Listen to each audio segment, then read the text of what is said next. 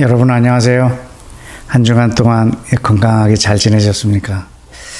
또 오늘도 여러분과 함께 성령님의 인도함을 받고 함께 기도하기로 합니다. 지난 6월 5일은 또 유대절기로는 샤부옷, 우리의 표현은 오순절이었습니다. 성령님이 이 땅에 오신 것에 대하여 이렇게 기념하는, 물론 유대인들은 예수와도 믿지 않고 성령님도 믿지 않기 때문에 그들의 샤부옷은 또 그들에게 하나님이 율법을 주신 그 날로 아주 즐겁게 토라로 인해서 아주 축제를 벌이는 그런 날이죠. 저희는 이미 예수와 그리고 또 성령님이 우리 가운데 오심을 또 믿는 이로써 또 성령님의 임재를 기대하는 그런 한 주간이었습니다. 우리가 이렇게 생일을 맞이하잖아요. 우리가 이미 태어난 것은 30년 전, 40년 전, 50년 전에 태어났는데 매해 우리가 생일 축하를 받습니다. 때로는 의미 있는 생일도 있을 것이고 또 어떤 해는 아무 별 의미 없이 그냥 생일이구나 하고 넘어가는 그런 경우도 많이 있는 것 같습니다. 그런 의미에서 보면 성령님도 이 땅에 오신 지 2000년 되셨는데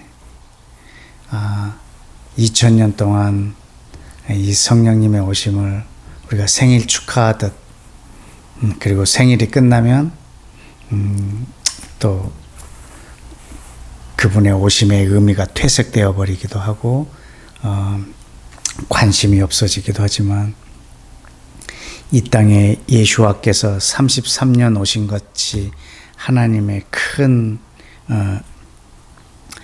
이벤트 라고 표현하기는 좀 그렇지만 큰 사건인 것처럼 성령님이 이 땅에 오신 것도 엄청난 사건입니다. 근데 그 사건이 2000년간 지속되다 보니 너무 이렇게 의미 부여를 그리고 중요성을 우리가 잘 모르고 있는 것 같습니다. 성령님은 하나님이십니다. 이분은 예수와께서 이 땅에 오셔서 하시고자 하는 모든 일들을 완성하러 오신 분이십니다. 그러나 그 성령님은 우리에게 임하셔서 우리를 통해서 일을 하고 계십니다.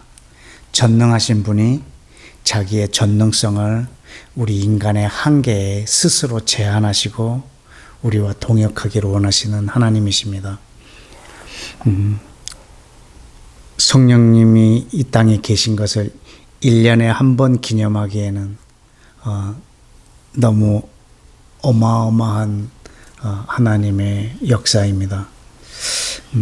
매일매일 아침마다 저녁에 잠들기 전에 우리가 성령을 구하고 구할 때마다 주시겠다고 하셨으니 성령님의 임재를 날마다 구하며 동행하는 저와 여러분의 삶이 되기를 축복합니다.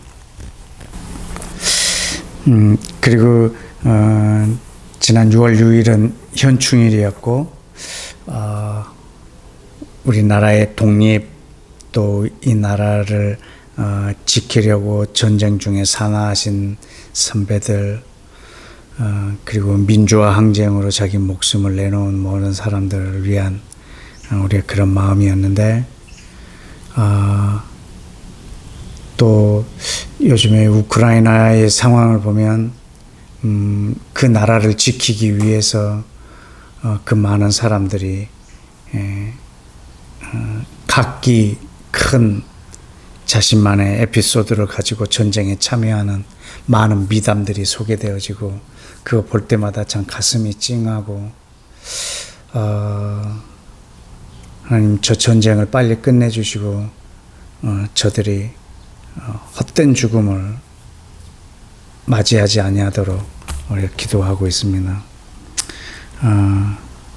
한 나라를 지키기 위해서 그 목숨을 내던지는 그런 사람들의 모습을 볼 때 참 내 마음이 묵직했습니다. 그래서 저는 이번 현충일 때는 하나님 나라를 위하여 자기의 삶을 완전히 드린 사람들, 자기의 생애, 삶, 목숨, 이것을 하나님 나라를 위해서 내던지신 분들, 뭐 다 알지는 못하지만 저에게는 불특정 다수이겠지만 그분들을 위한 기도의 시간들을 가졌습니다. 성경에서는 그러한 사람들을 순교자라고 표현을 했습니다. 순교자가 누굴까? 어떻게 죽었느냐가 아니고 어떻게 살았느냐가 바로 순교자인 것 같습니다. 우리는 순교를 죽음의 형태를 가지고 말할 수는 없는 것이고 어디서 죽었느냐에 따라서 우리는 순교자의 그 자격이 만들어지는 게 아니고 그분이 어떻게 살았느냐에 따라서 우리는 그분이 순교자다라고 표현할 수 있을 것 같습니다. 죽는 형태야 아주 다양합니다. 아주 극적으로 예수와를 위해서 죽음을 선택하는 순간들도 있겠지만 질병으로 사고로 돌아가시는 분들도 많이 있기 때문에 우리는 이분이 순교자다 아니다라는 것을 죽음으로 판결하는 게 아니라 그분의 삶으로 판결해야 할 것입니다. 그분이 어떤 삶을 살았느냐가 그분의 죽음을 값지게 하기 때문에 우리는 그를 순교자라고 하는 것 같습니다. 그런 사람들이 하나님 나라에 많이 있어서 하나님 나라가 이 땅에서 더 견고하게 세워지기를 바라는 마음입니다. 오늘 묵상할 본문 말씀은 요한복음 6장 55절에서 57절에 있는 말씀입니다. 내 살은 참된 양식이요 내 피는 참된 음료로다. 내 살을 먹고 내 피를 마시는 자는 내 안에 거하고 나도 그의 안에 거하나니 살아계신 아버지께서 나를 보내심에 내가 아버지로 말미암아 사는 것 같이 나를 먹는 그 사람도 나로 말미암아 살리라. 아멘. 평소에 제가 조금 이 말씀에 대해서 이렇게 의문이 있어서 이 본문을 아마 또 묵상하고 지나가고 싶었습니다. 개인적으로는. 자, 이 부분에 대해서 관찰한 거 읽어드리겠습니다. 1. 예수와는 자기의 살을 우리의 양식이라 하셨다. 2. 예수와의 피를 우리의 음료라고 하셨다. 3. 예수와의 살을 참된 양식이라고 하셨다. 4. 예수와의 피를 참된 음료라고 하셨다. 5. 예수와는 자기의 살을 먹고 피를 마시라 하신다. 6. 그 살과 피를 먹고 마시면 예수와 안에 있게 된다. 7. 그 살과 피를 먹고 마시면 예수와도 내 안에 거하신다. 8. 네가 내 안에 거하고 내가 네 안에 거한다는 것은 하나 된 것을 말한다. 9. 살과 피를 먹는다는 것이 그 하나됨을 말하는 것일까? 10. 앞선 구절에서 보면 나를 보고 믿으면 내 안에 생명이 있다 했는데 굳이 살과 피를 마셔야 영생이 있다고 말씀하신 의도는 무엇일까? 11. 예수와를 믿는다는 것과 그의 살과 피를 먹는다는 것이 같은 의미이며 같은 행동일까?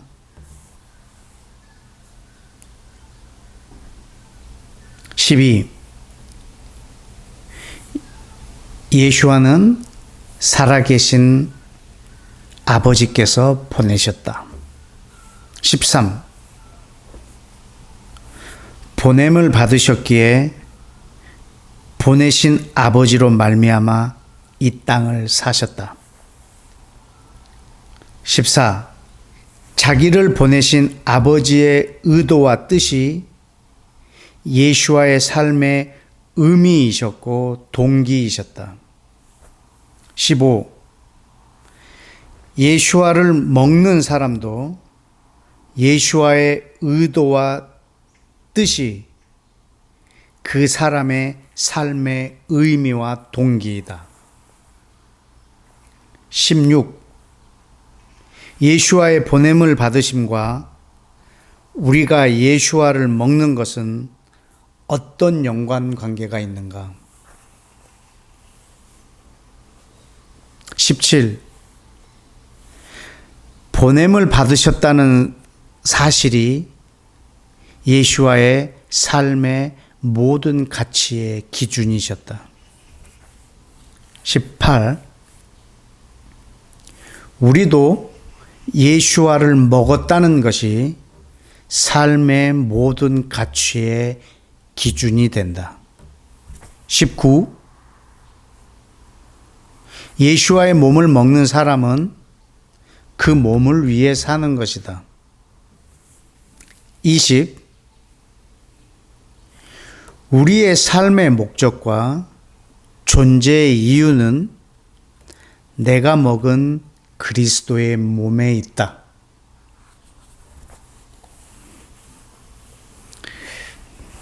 예, 제 관찰한 것을 여러분이 이렇게 들으시면 뭐가 궁금해서 이 본문을 묵상하겠다고 이렇게 정했을까?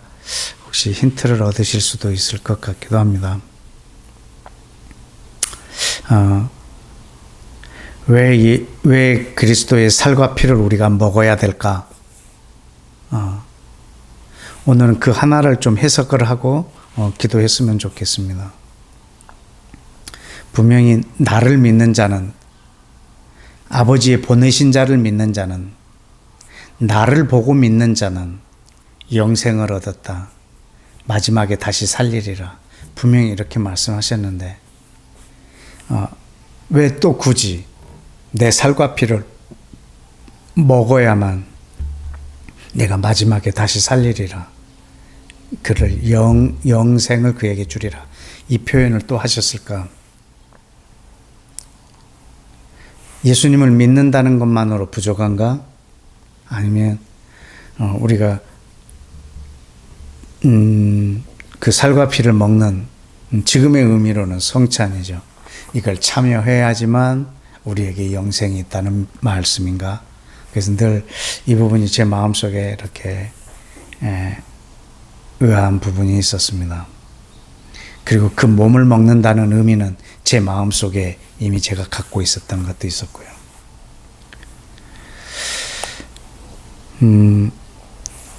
마태복음 26장 26절에 보면 그들이 먹을 때 예수와께서 떡을 가지사 축복하시고 떼어 제자들에게 주시며 받아 먹으라. 이것은 내 몸이니라 라고 했습니다.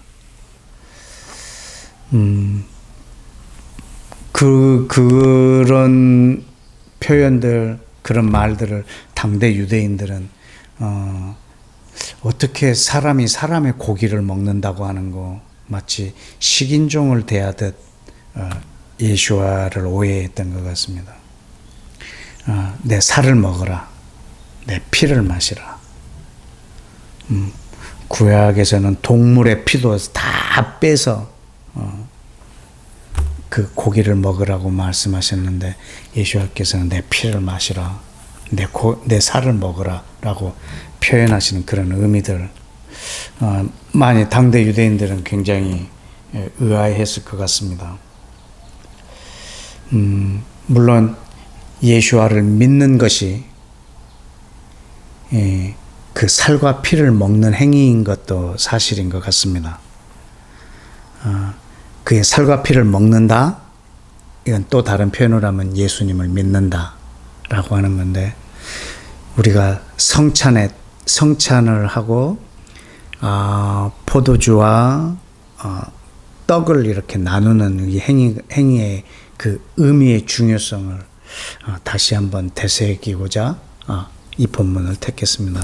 이 예수와의 이 성찬의 이 모습, 자기 살과 피를 떼주는 이 모습, 예수와는 앞으로 하나님의 나라가 완성된 그곳에서 우리가 함께 그 유월절을 맞이할 것에 대한, 유월절의 잔치가 베풀어질 것에 대한 것을 염두에 두시고 다시는 이것을 먹지 아니하리라라고 어떤 유월절에 대한 완성의 모습을 우리 가운데 표현해 주신 부분도 있습니다. 그리고 나서 제자들과 함께 잔과 떡을 나누시면서 이제 다시 내가 이 땅에 다시 올 때까지 그것을 기념하라라고 말씀해 주셨습니다. 무엇을 기념해야 되는 것인가라는 의문이 많이 있습니다. 근데 고린도전서 10장에 이 바울이 이 예수와의 그 성찬의 의미를 우리 가운데 많이 가르쳐 준 부분이 있습니다. 10장 16절에 보면, 고린도전서 10장 16절에 우리가 축복하는 바 축복의 잔은 그리스도의 피에 참여함이 아니며 우리가 떼는 떡은 그리스도의 몸에 참여함이 아니냐. 떡이 하나요, 많은 우리가 한 몸이니 이는 우리가 다 한 떡에 참여함이라.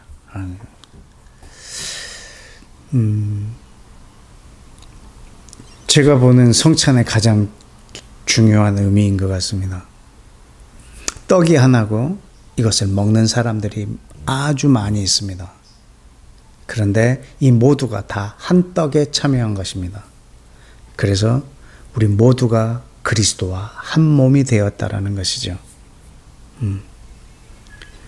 우리가 지체를 서로 사랑하고, 왼팔이 오른팔을 사랑하고, 팔이 발을 사랑하고, 발이 눈을 사랑하고, 이렇게 지체가 지체를 서로 존귀히 여기고 사랑하는 거죠. 이런 의미에서의 이 성찬의 의미가 가장 크다라고 생각을 합니다. 그런데 이 고린도전서 11장에 보면 이런 성찬을 함께 나누는 이 부분을 바울이 굉장히 질타하는 장면이 나옵니다. 11장에 보면 17절에 내가 명하는 이 일에 너희를 칭찬하지 아니하나니 이는 너희의 모임이 유익이 못되고 도리어 해로움이라. 먼저 너희가 교회에 모일 때 너희 중에 분쟁이 있다함을 듣고 어느 정도 믿거니와 너희 중에 파당이 있어야 너희 중에 옳다 인정함을 받는 자들이 나타나게 되리라. 그런즉 너희가 함께 모여서 주의 만찬을 먹을 수 없으니 이는 먹을 때 각각 자기의 만찬을 먼저 갖다 먹으므로 어떤 사람은 시장하고 어떤 사람은 취함이라. 너희가 먹고 마실 집이 없느냐? 너희가 하나님의 교회를 없이 여기고 빈궁한 자들을 부끄럽게 하느냐? 내가 너희에게 무슨 말을 하랴? 너희를 칭찬하랴? 이것으로 칭찬하지 않노라.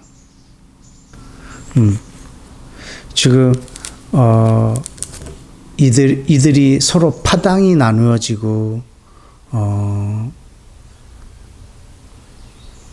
어떤 사람들이 이 음식을 준비해 와서 함께 나누며 한 몸인 것을 기념해야 되는 사람이, 어떤 사람은 일찍 와서 너무 많이 먹어버려서 배가 부르고, 또 잔을 너무 많이 받아서 이미 술에 취해버리고, 그리고 일하다가 늦게 온 노예들,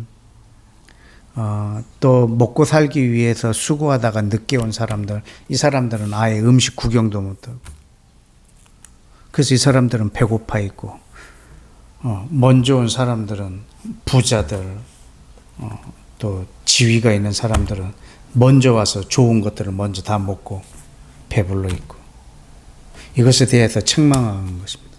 그리고 파당이 있는 것이 옳다, 정당하다 라고 해서 서로가 이렇게 분열하는 것을 저들이 정당화시키고, 이런 사람들에게 지금 바울이 책망하면서 예수와께서 했던 말씀을 다시 기억나게 해줍니다. 이어서 23절에 뭐라고 하시냐면, 내가 너희에게 전한 것은 주께 받은 것이니 곧 주 예수와께서 잡히시던 밤에 떡을 가지사 축사하시고 떼어 이르시되, 이것은 너희를 위하는 내 몸이니 이것을 행하여 나를 기념하라 하시고, 식후에 또 그와 같은 잔을 가지사 이르시되, 이 잔은 내 피로 세운 새 언약이니 이것을 행하여 마실 때마다 나를 기념하라 하셨으니, 너희가 이 떡을 먹으며 이 잔을 마실 때마다 그의 죽으심을 그가 오실 때까지 전하는 것이니라. 이렇게 예수와께서 제자들과 이 성찬을 하셨던 모습을 다시 기억나게 해줍니다. 이 편지에서. 그리고 이 예수님이 하신 말씀을 기억나게 해주시고 바로 뭐라고 말하냐면, 그러므로 누구든지 주의 떡이나 잔을 합당하지 않게 먹고 마시는 자는 주의 몸과 피에 대하여 죄를 짓는 것이니라. 사람이 자기를 살피고 그 후에야 그 떡을 먹고 이 잔을 마실지니, 주의 몸을 분별하지 못하고 먹고 마시는 자는 자기의 죄를 먹고 마시는 것이니라. 지금 여기서 말하고 있는 분별하여 잔을 받고 자기를 살피고 떡을 먹고 하라는 것입니다. 이 분별하지 못한다. 그래서 가끔 성찬을 할 때 죄를 지은 사람들은 못 먹게 하고, 그리고 또 하나님 앞에서 심각한 자기의 죄가 있다라고 하면 이번 성찬은 여러분들이 받지 마십시오라고 이렇게 멘트를 하는 것도 들었습니다. 근데 사실은 그런 사람일수록 더 받아야 합니다. 왜냐하면 이 성찬의 의미는 그리스도의 은혜로 대속의 의미가 있기 때문에 그렇습니다. 여기서 분별하지 못하고 잔을 받는다. 이게 뭐 세례교인이 아니면 받지 못해야 되는가? 저는 그 의미도 아니라고 봅니다. 왜냐하면 예수와를 믿는 모든 사람들이 모인 공동체이기 때문에, 예수와를 믿었다라는 것으로 함께 한 몸이 이미 된 사람들이기 때문에 반드시 그것을 받아야 한다라고 생각을 합니다. 내가 세례를 받지 않았기 때문에 먹지 마라, 이것이 그 떡과 잔을 분별하는 행위일까? 아닙니다. 지금 이 앞뒤 문맥 전체를 보면 우리 서로가 한 몸이고, 서로가 서로를 배려하고 사랑하고 섬기고 격려하고 해야 하는데 분파가 이루어졌고, 그리고 먼저 온 사람들이, 그리고 오히려 부자인 사람들이 이걸 도와서 빨리 먹고 배부르고, 어떤 사람은 배를 두들기고 있고, 어떤 사람은 술에 취해서 자빠져 있고, 늦게 온 사람들은 하나도 못 먹어서 배고파 있고. 이 당시의 성찬은 우리 지금의 성찬처럼 요만한 떡 조가리 하나 주고 또 요만한 잔을 마시는 이 정도의 성찬이 아니라 그들에게 있어서 어떤 식사의 자리이거든요. 만찬, 성찬의 자리이기 때문에. 분별하지 못한다는 것은 우리가 한 몸이라고 하는 것을 전혀 까먹은 상태로 이 행위를 하는 것에 의미를 부여해서 이거를 먼저 먹고 이것을 막 즐기는 이것을 하나님 앞에서의 어떤 성찬이라고 생각하는 사람들을 향한 질타인 것 같습니다. 그래서 바울이 이렇게 11장 끝에서 이렇게 마무리를 합니다. 그런즉 형제들아 먹으러 모일 때 서로 기다리라.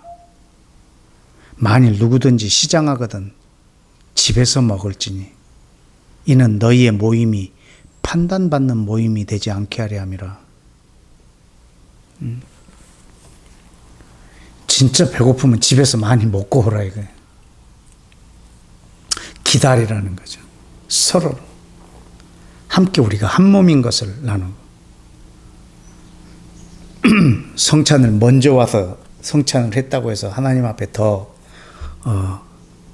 사랑을 받고 이런 것들이 아니라면 우리가 성찬은 하나님의 떡을 예수와의 그 몸을 피를 그 떡과 잔을 받는 행위는 우리 모두가 한 몸이라고 하는 하나님의 나라의 백성됨, 원유맨, 에베소서 2장에 보면 십자가로 유대인과 이방인이 서로 한 몸이 되었다라고 했습니다.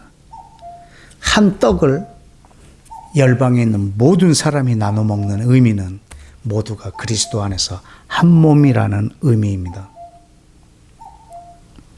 우리는 이것을 분별하여 우리는 이 떡을 먹어야 할 것입니다. 왜 예수를 믿으면 영생을 얻겠다 이미 요한복음 이전에 수도 없이 말씀하시고 왜 이 떡과 잔을 받아야 영원한 생명이 있다라고 말을 했냐면 영원한 생명은 바로 이 둘이 하나 된 데 있기 때문에 그렇습니다. 시편 133편에 보면 형제가 연합하여 동거함이 어찌 그리 선하고 아름다운고 하나님이 그곳에서 복을 명하였으니 곧 영생이로다 라고 했습니다. 우리의 영원한 생명은 내가 예수님을 믿어서 나 개인 안에 단독적으로가 아니라 그리스도 안에서 한 몸으로서의 구원입니다. 나 혼자 단독으로 구원이 아니라 교회 안으로의 구원, 한 몸으로서의 구원.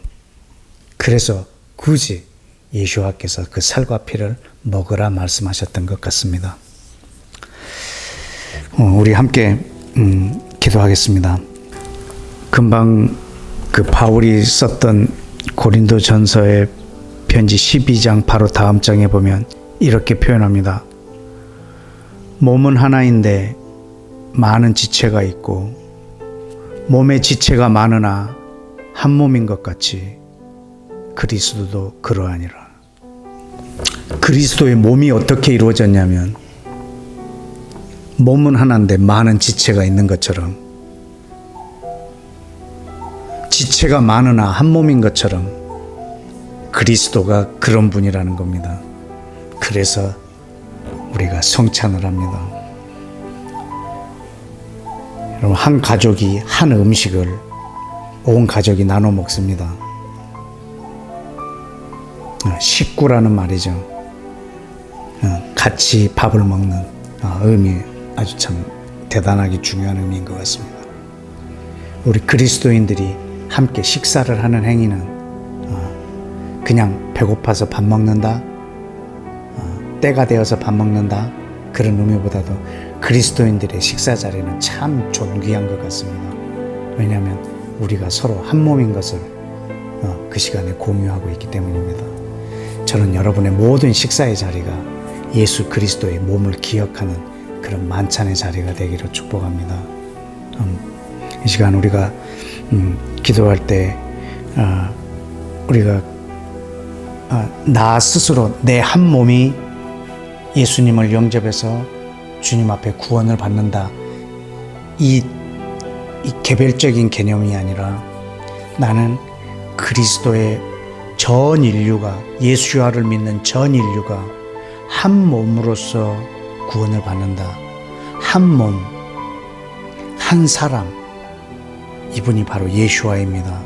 머리가 예수하고 온 인류가 몸이고 지체인 이 한 사람, 우리는 이것을 에베소서 2장에서는 한 새 사람이라고 합니다. 우리는 그 안에서 생명을 지닌 자들입니다.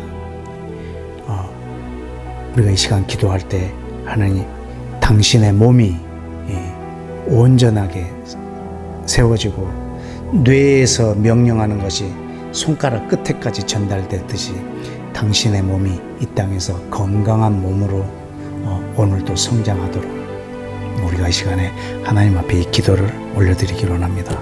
기도하겠습니다.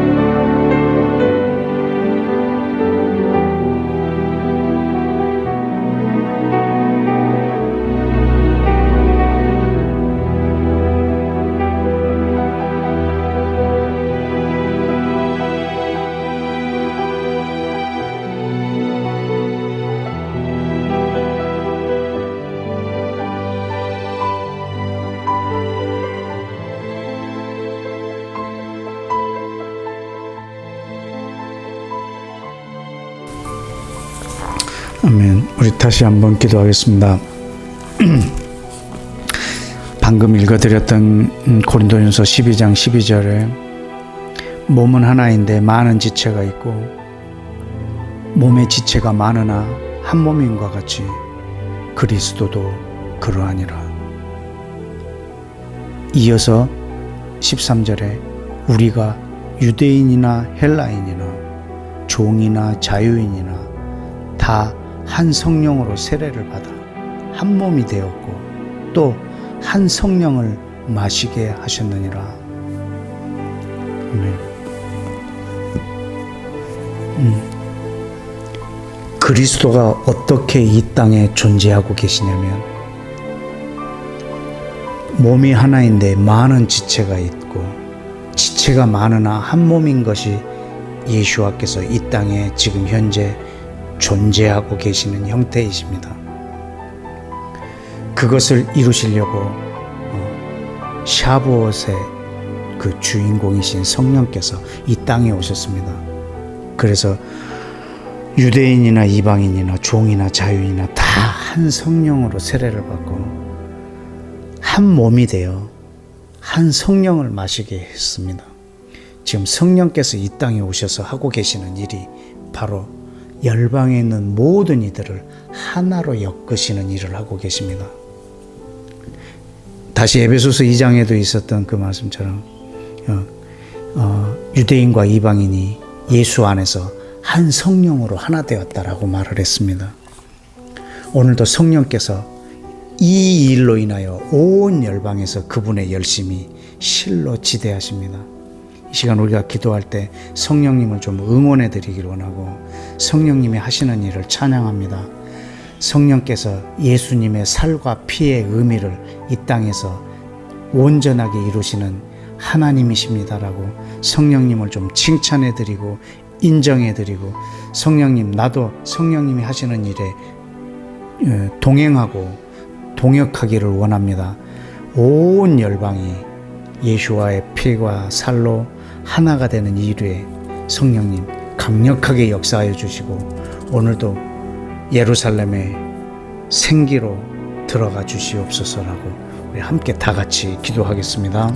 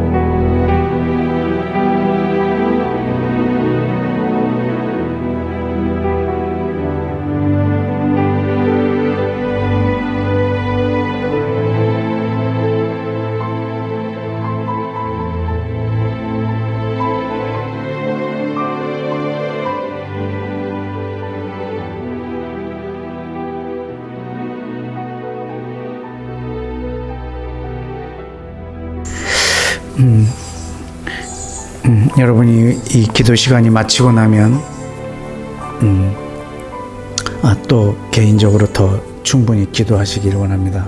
이 영상을 제작하는 시간이기 때문에 기도의 시간이 짧지만 이 기도가 끝나면 여러분이 기도를 이어서 좀 더 해주시기를 부탁드립니다. 마지막으로 한 가지 더 기도하겠습니다. 오늘 본문 말씀에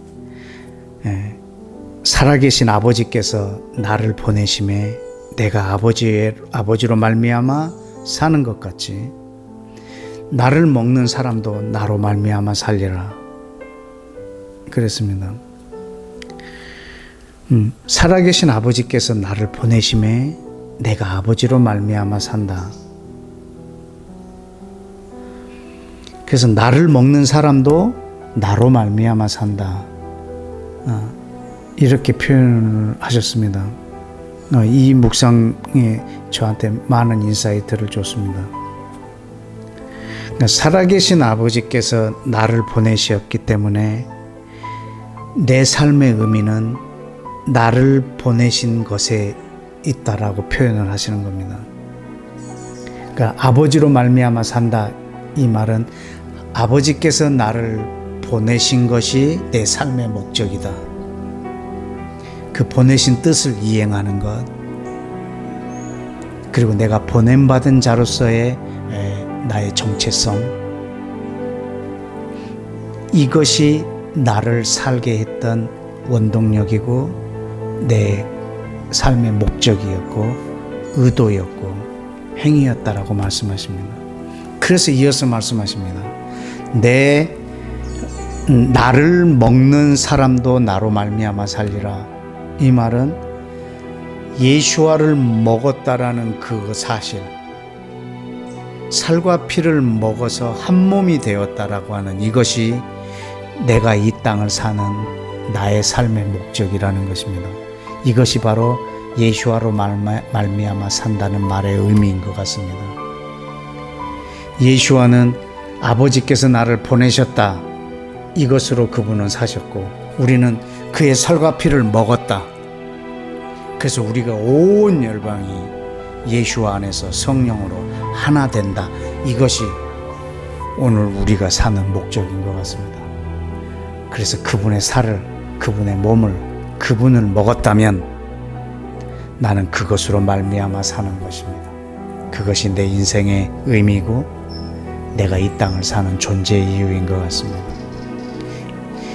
마지막으로 기도하실 때 이 살과 피를 온 인류가 먹게 하는 이 하나님의 지혜와 오늘도 그것을 완성하고 계시는 그 성령님의 열심에 나도 동역하고 동행하기를 원하는 그 마음으로 나도 그것으로 말미암아 살길 원합니다라고 하는 우리의 헌신의 기도가 한번 있기를 원합니다. 우리 마지막으로 다 같이 함께 기도하겠습니다. 하나님 아버지, 예수와께서 이 땅에서 아버지께서 나를 보내신 것이 내 삶의 목적이었던 것처럼 나도 예수와를 먹은 것이 내 삶의 목적이 되게 하셔서 아버지 하나님, 이것으로 내 평생을 살게 하여 주옵소서. 내가 예수와를 먹었다는 이 사실로 평생을 살게 하여 주옵소서.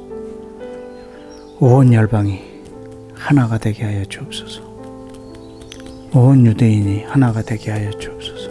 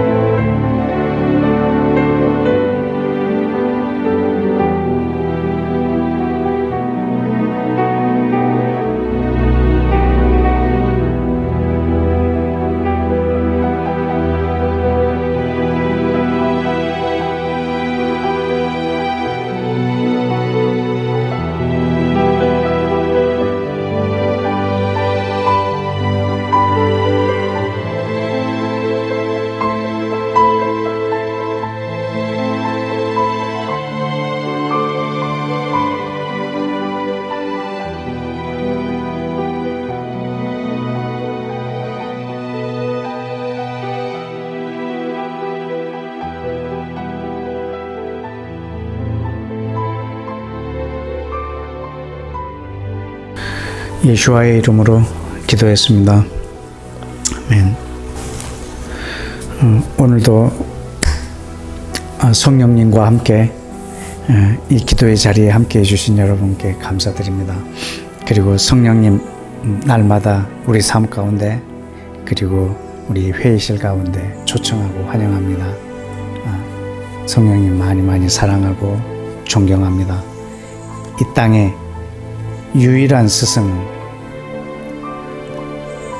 가르침을 받을 필요가 없고 모든 일을 가르치는 유일한 스승은 성령님 한 분이십니다.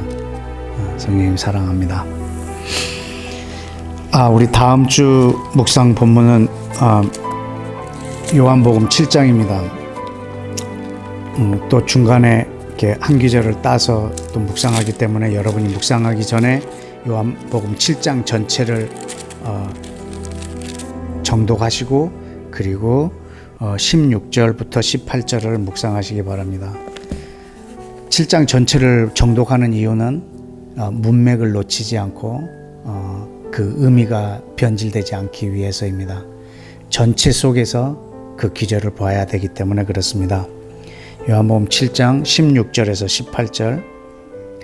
예수께서 대답하여 이르시되 내 교훈은 내 것이 아니요 나를 보내신 이의 것이니라. 사람이 하나님의 뜻을 행하려 하면 이 교훈이 하나님께로부터 왔는지 내가 스스로 말함인지 알리라. 스스로 말하는 자는 자기 영광만 구하되 보내신 이의 영광을 구하는 자는 참되니 그 속에 불의가 없느니라. 아멘. 오늘 이 말씀 또 한 주간 여러분 묵상하시고 여러분 나름대로 기도하시고 또 저와 함께 다음 주에 만나서 기도하도록 하겠습니다. 여러분 많이 사랑합니다. 더위가 시작되는데 많이 건강하십시오. 안녕히 계세요.